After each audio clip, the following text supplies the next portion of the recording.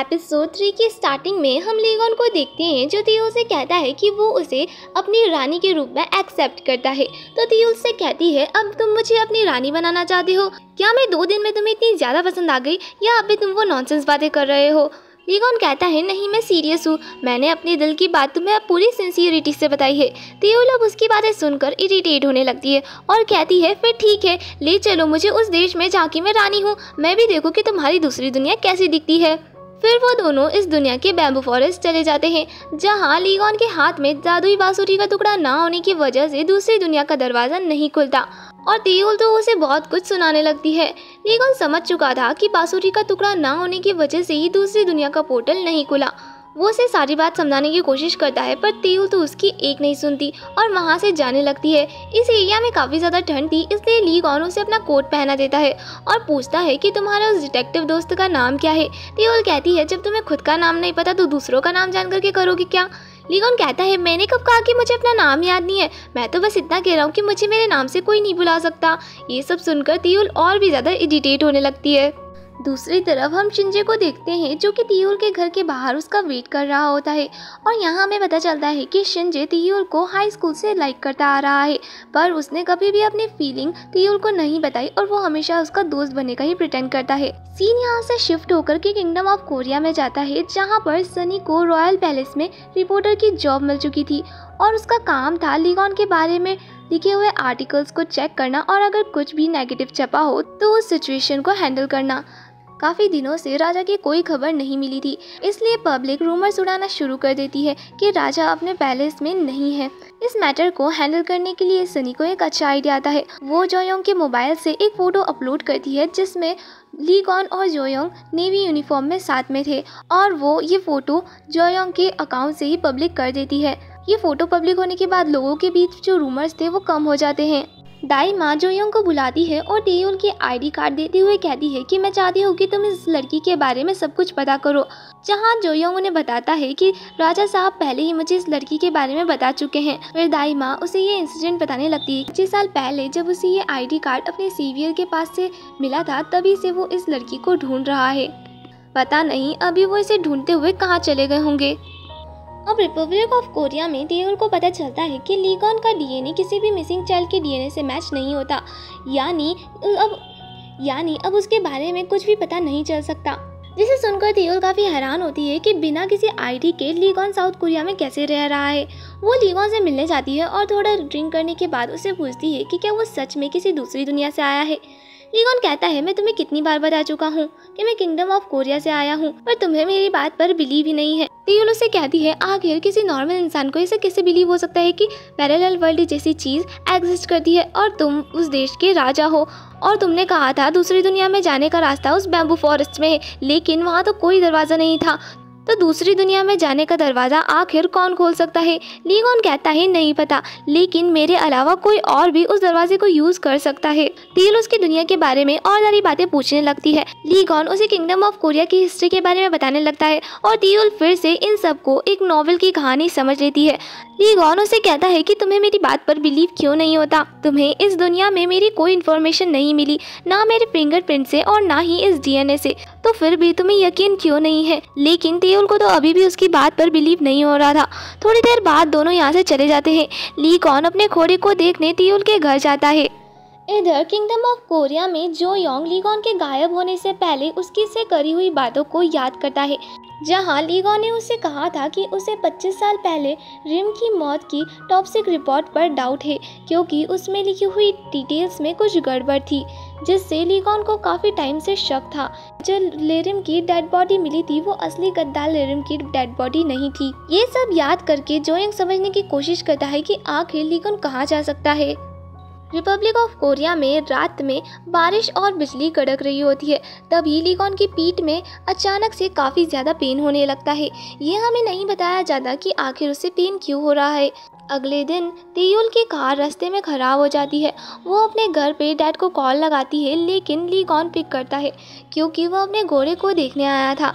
तेयुल उसे अपनी कार खराब होने के बारे में बताती है। ली गॉन उसे थोड़ा वेट करने के लिए कहता है और बताता है कि वो थोड़ी देर में वहीं आ रहा है। ली गॉन वहाँ पहुँचता है जहाँ तेयुल की ओर जाते समय अचानक से टाइम रुक जाता है। ली गॉन अपने आसपास देखा था कि सब कुछ थम चुका था, सिर्फ वो खुद ही मूव कर पा रहा था, इसलिए वो तेयुल को करीब से जाकर देखने लगता है और कुछ ही देर बाद सब कुछ नॉर्मल हो जाता है। अचानक से ली गॉन को अपने इतना करीब देख तेयुल डर जाती है। ली गॉन उससे कहता है क्या उसने अभी महसूस किया था कि टाइम रुक गया था। तेयुल उसकी बात को एक और बकवास समझ लेती है, इसलिए उससे कहती है कि मेरी कार ख़राब हो गई है लेकिन मैंने मैकेनिक को बुला लिया है, वो थोड़ी ही देर में आकर कार ठीक कर देगा, इसलिए इसका ध्यान रखना, मुझे एक इमरजेंसी इन्वेस्टिगेशन पर जाना है, बोलकर वो चली जाती है। कुछ देर पहले टाइम रुक गया था क्योंकि रिम ने दूसरी दुनिया का दरवाज़ा खोला था। वो किंगडम ऑफ कोरिया में जाता है एक बुक स्टोर में, जहाँ का ओनर रिम के लिए ही काम करता था और वो उसे खबर देता है कि ली गॉन अभी पैलेस में नहीं है, जिससे हमें पता चलता है कि रिम के कई स्पाई महल में भी काम करते हैं जो उसे ली गॉन के बारे में सारी इन्फॉर्मेशन देते हैं। ली गॉन समझ जाता है कि कोई और भी है जो दूसरी दुनिया में ट्रैवल कर सकता है और उसी के पास बांसुरी का दूसरा हिस्सा है, जिससे ली गॉन समझ जाता है कि ये ली रिम है क्योंकि उसी के पास बांसुरी का दूसरा हिस्सा था। फिर से हम रिम को देखते हैं जो अपनी खुद की एक आर्मी तैयार कर रहा था ली गॉन से फाइट करके बांसुरी का दूसरा हिस्सा भी हासिल करने के लिए। सीन यहाँ से तेयुल के ऊपर आता है जहाँ उसकी टीम को एक इन्वेस्टिगेशन करने के लिए भेजा जाता है, जहाँ पर उनका कुछ गुंडों के साथ पंगा हो जाता है, लेकिन तभी वहाँ पर ली गॉन पहुँच जाता है और अकेले ही उन सब की धुलाई कर देता है। तेयुल उससे पूछती है कि आखिर वो यहाँ क्या कर रहा है, तो वो उसे बताता है कि वो पुलिस स्टेशन गया था उसकी गाड़ी लौटाने के लिए, तभी उसे पता चला कि वो यहाँ है तो वो यहाँ पर आ गया और शुक्र मनाओ कि वो यहाँ पर समय पर आ गया, नहीं तो वो लोग तुम्हें मार मार के तुम्हारी बैंड ही बजा देते। फिर ये तीनों वहाँ से लंच करने जाते हैं जहाँ शिंजे को कुछ काम आ जाता है तो वो अपना काम करने चला जाता है। ली गॉन तेयुल से कहता है कि तुम आज बहुत ज़्यादा बिजी हो क्या, तो तेयुल उसे कहती है आज मुझे बहुत सारा काम है, लेकिन क्यों पूछ रहे हो। ली गॉन कहता है कि आज मैं अपनी दुनिया में वापस जा रहा हूँ, इसलिए सोचा तुम्हारे साथ थोड़ा टाइम स्पेंड करूँ। तेयुल उससे कहती है कि अच्छा तो तुम्हें अब अपना घर भी याद आ गया। ली गॉन कहता है मैं अपना घर नहीं भूला था, बस वापस नहीं जाना चाहता था। तेयुल कहती है तुमने कहा था कि तुम्हारा घर किसी दूसरे वर्ल्ड में है, लेकिन तुम्हारी बातों से तो ऐसा लग रहा है कि तुम पास के शहर जा रहे हो। ली गॉन कहता है बस जाने से पहले तुम्हें गुड बाय करना चाहता था। तेयुल कहती है फिर ठीक है गुड बाय कहकर वो वहाँ से चली जाती है। ली गॉन उसे जाते हुए देखता है। तेयुल शाम को घर लौटती है तो उसे ली गॉन का घोड़ा नहीं दिखता। वहीं हम ली गॉन को देखते हैं जो बैम्बू फॉरेस्ट पहुंच गया था और इस बार बांसुरी का दूसरा हिस्सा होने की वजह से दूसरी दुनिया का दरवाज़ा खुल जाता है और ली गॉन अपनी दुनिया में वापस चला जाता है।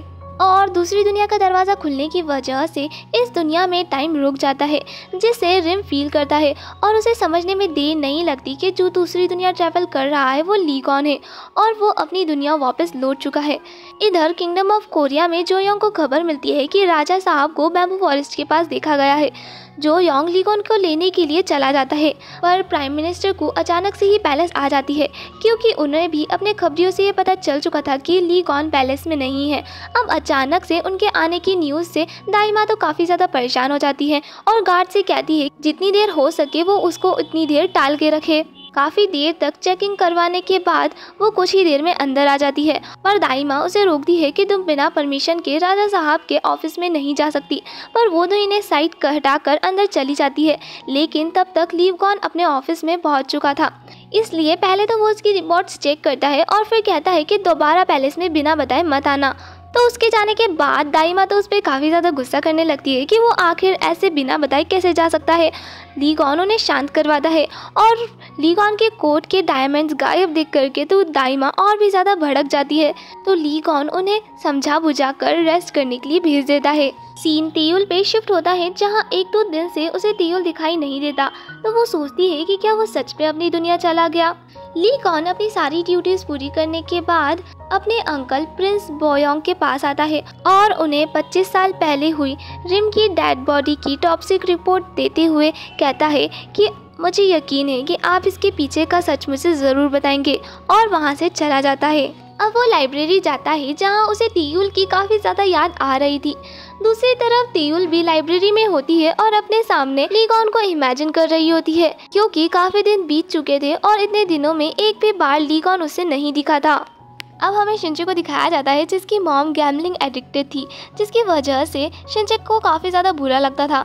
आज शिनचे की मॉम बहुत सारे पैसे जीत करके लाई थी और उनके रोज़ रोज़ के गैम्बलिंग के चक्कर की वजह से शिनचे का काफ़ी नाम खराब हुआ था। इसलिए वो अपनी मॉम के साथ उस गैम्बलिंग के अड्डे पर जाता है और वहाँ सभी को अरेस्ट कर लेता है।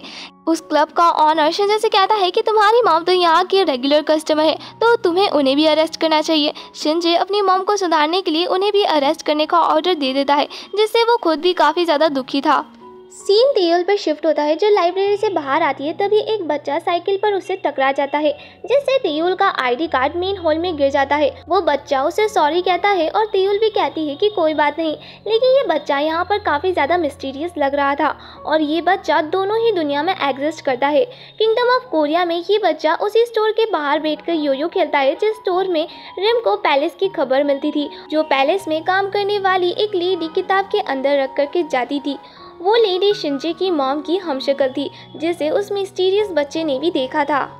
इधर तेयुल को पता चलता है कि उसने जो नोट लीगॉन के पास से सीज करे थे वो एकदम सेम टू सेम उनके वहाँ के नोट की तरह ही बनाए गए हैं, जैसे बैंक असली नोट प्रिंट करती है उसी तरह से। इसलिए तेयुल लीगॉन के बारे में और पता लगाने लगती है और कुछ दिन पहले के सीसीटीवी वगैरह चेक करने लगती है। जिस दिन वो उससे गुड बाय करने आया था उस दिन का सीसीटीवी फुटेज वो चेक करती है, जहाँ उसे पता चलता है कि वो अपने घोड़े के साथ बैम्बू फॉरेस्ट की तरफ जाता हुआ दिखा तो था, लेकिन वहाँ से दोबारा आता हुआ नहीं, जिससे तेयुल काफ़ी ज़्यादा हैरान होती है और वो बैम्बू फॉरेस्ट चेक करने जाती है और कहती है कि क्या वो सच में अपनी दुनिया चला गया। इधर लीगॉन भी तेयुल को काफ़ी ज़्यादा मिस कर रहा था, लेकिन जो योंग ने लीगॉन के आसपास इतनी ज़्यादा सिक्योरिटी टाइट कर रखी थी कि वो बाहर निकलने के बारे में सोच भी नहीं सकता था। तभी जो योंग वहाँ आता है उससे कुछ पूछने के लिए, तभी टाइम 1 सेकंड के लिए फिर से रुक जाता है और थोड़ी ही देर बाद सब कुछ नॉर्मल हो जाता है। लीगॉन जो योंग से पूछता है कि क्या तुमने अभी फील किया था अभी कुछ देर के लिए सब कुछ रुक गया था, ऐसा मेरे साथ ये दूसरी बार हो रहा है। जो योंग उसकी बात पर ध्यान नहीं देता और उससे पूछता है कि आखिर वो कहाँ गया था।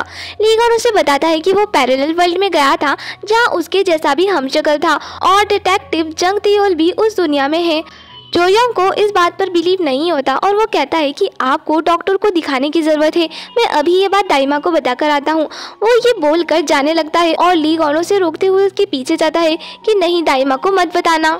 इधर तेयुल अपना नया आईडी कार्ड अप्लाई करने के लिए फ़ोटो खिंचवाने आई थी और हैंड ऑफिस में नया आईडी कार्ड अप्लाई कर देती है।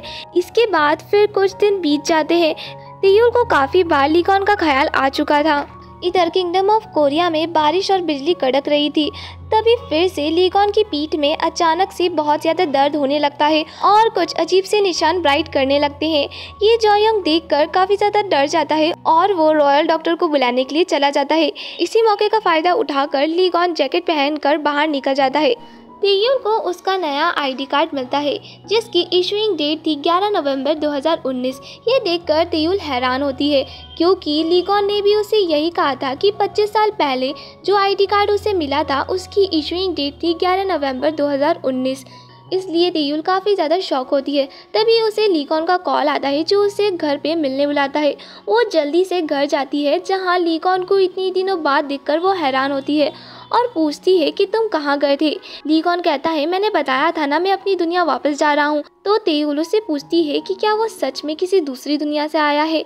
लीगॉन कहता है हाँ, मैंने कितनी बार तुम्हें बताया है। तेयुल पूछती है कि तुमने मेरे आईडी कार्ड के बारे में भी कुछ बताया था, तो बताओ कि मैंने उसमें कैसी ड्रेस पहनी थी और मेरे बाल कैसे थे।